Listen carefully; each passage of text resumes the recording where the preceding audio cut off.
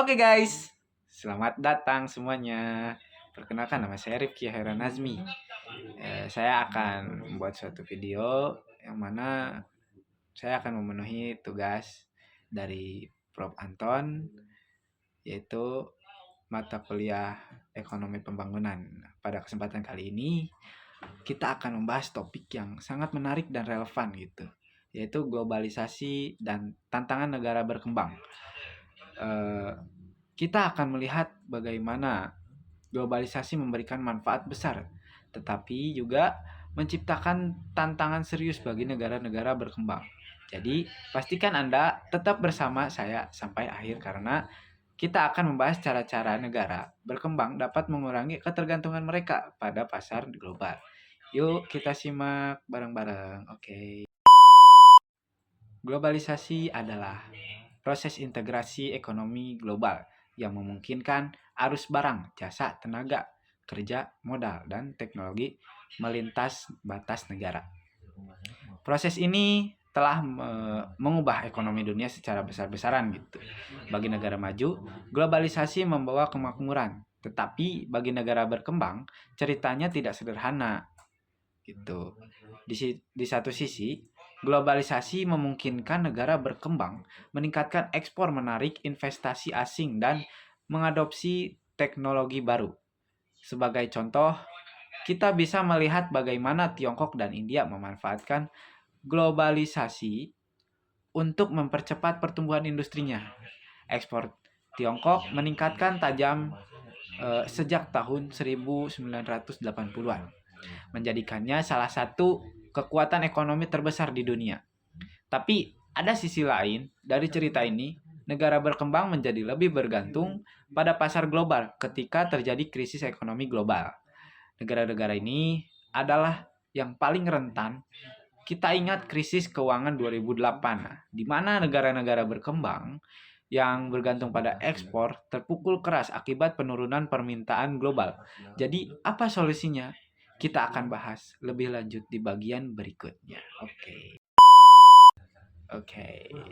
Kalau kita bicara dampak positif, globalisasi sebenarnya menawarkan banyak manfaat gitu. Ada 3 poin besar di sini. Yang pertama, peningkatan perdagangan internasional. Yang kedua, difusi teknologi. Yang ketiga, investasi asing langsung. Nah, untuk peningkatan perdagangan internasional, negara-negara berkembang seperti Tiongkok dan India berhasil meningkatkan ekspor mereka ke pasar global. Ini memungkinkan mereka memperoleh devisa dan memperkuat kapasitas produksi.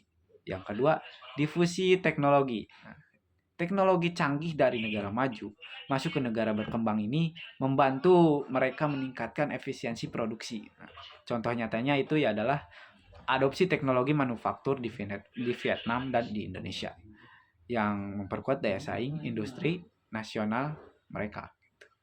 Yang ketiga, ada investasi asing langsung. Perusahaan multinasional dari negara maju berinvestasi di negara berkembang, menciptakan lapangan kerja baru dan transfer keterampilan. Contohnya ya, yang sering kita dengar itu adalah pabrik-pabrik manufaktur asing yang berdiri di Indonesia dan Vietnam. Namun tidak semua negara berkembang dapat memanfaatkan manfaat ini secara merata. Tantangan besar ada di depan mata. Dan ini akan kita bahas bagian berikutnya. Oke. Ya, bagian berikutnya itu dampak negatif globalisasi. Nah, yang mana sayangnya globalisasi tidak hanya membawa manfaat, tetapi juga masalah apa saja yang masalahnya. Ada 2 tantangan utama. Yang pertama, kesenjangan sosial dan ekonomi. Yang kedua, ketergantungan pada pasar global. Nah, yang kesenjangan sosial dan ekonomi ini adalah salah satu isu paling serius gitu. Kelompok berpenghasilan rendah cenderung tertinggal. Sementara kelompok yang lebih kaya justru menikmati lebih banyak manfaat gitu. Di India misalnya meskipun pertumbuhan ekonominya pesat, kesenjangan antara kelompok kaya dan miskin semakin melebar. Kita juga melihat kesenjangan digital di mana kelompok yang tidak memiliki akses ke teknologi menjadi semakin terisolasi gitu. Nah, untuk yang kedua, ketergantungan pada pasar global. Nah, Negara-negara berkembang yang terlalu bergantung pada ekspor dan pasar internasional menjadi rentan. Misalnya, selama krisis keuangan global 2008, negara-negara berkembang yang mengandalkan ekspor komoditas mengalami kontraksi besar dalam pertumbuhan ekonomi mereka gitu. Jadi, bagaimana negara-negara berkembang bisa mengatasi masalah ini? Jawabannya adalah kebijakan nasional yang tepat, dan kita melihat contohnya di bagian berikutnya gitu. Yang bagian berikutnya, strategi, solusi, dan kebijakan. Nah, bagaimana negara berkembang bisa keluar dari jebakan ketergantungan ini? Ada 3 strategi utama yang direkomendasikan oleh para ahli. Yang pertama, redistribusi pendapat dan perlindungan sosial. Nah, ini negara-negara seperti Brazil telah berhasil menerapkan program Bolsa Familia, yaitu bantuan tunai kepada keluarga miskin. Program ini tidak hanya mengurangi kemiskinan, tetapi juga mendorong anak-anak dari keluarga miskin untuk sekolah dan meningkatkan kualitas tenaga kerja mereka di masa depan. Yang kedua, diversifikasi ekonomi. Nah, ini adalah langkah penting agar negara-negara berkembang tidak bergantung hanya pada satu komoditas ekspor.